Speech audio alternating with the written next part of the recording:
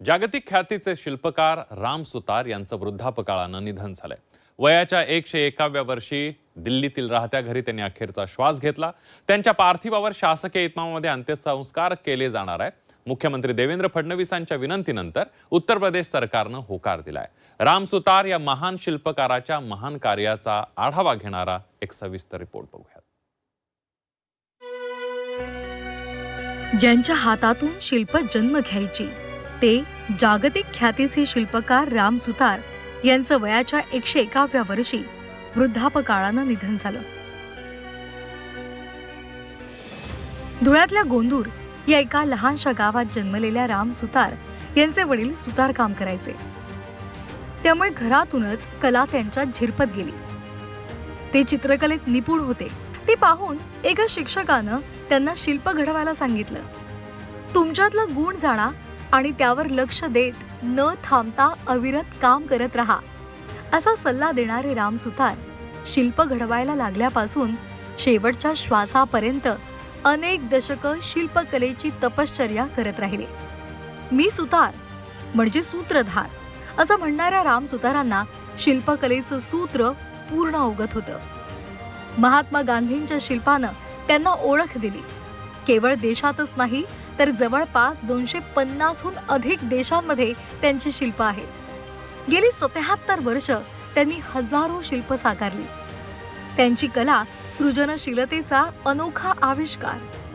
Statue of unity मधला 597 फूट उंचीचा सरदार वल्लभभाई पटेल यांचा जगातला सर्वात उंच पुतळा त्यांनीच घडवला।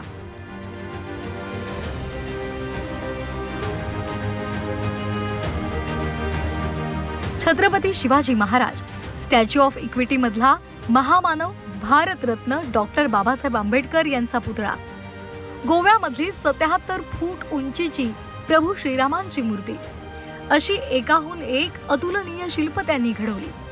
कला क्षेत्रातील योगदानाबद्दल राम सुतार यांना 1999 मध्ये पद्मश्री पुरस्कार आणि 2016 मध्ये पद्मभूषण पुरस्कारानं गौरवलं गेलं। त्यांनी आपल्या हातांनी परदेशात महात्मा गांधींचे असंख्य पुतळे घडवले।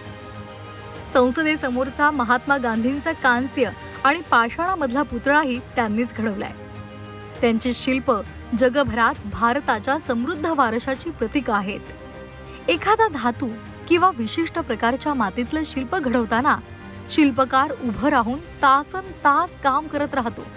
अलौकिक कला सामर्थ्य लाभलेले राम सुतार 100 गाठूनही त्याच ऊर्जेनं आणि तन्मयतेनं शिल्प साकारत राहिले। त्यात कलेचा प्राण फुंकत राहिले। म्हणूनच त्यांची शिल्प पाहिली की ती आपल्याशी बोलतात असा भास होतो।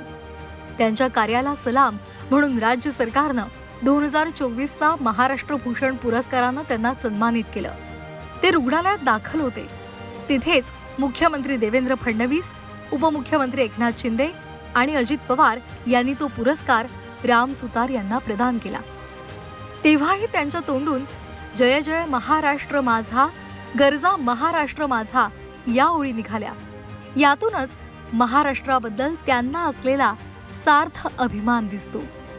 राम सुतार यांच्या निधनानंतर सर्वच क्षेत्रातील अनेक मान्यवरांनी शोकभावना व्यक्त केल्या।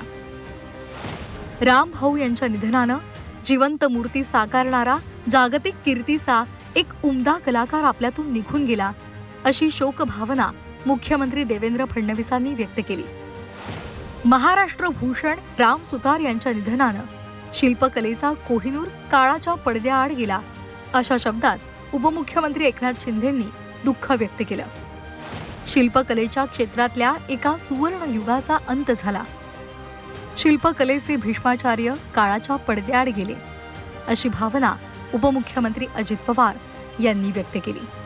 एका महान व्यक्तिमत्वाला एकाच आईच्या उदरातून जन्मावं लागतं, पण अनेक महान व्यक्तिमत्वांनी एकाच हातातून पुन्हा पुन्हा जन्म घेतला, ते हात राम सुतारांचे।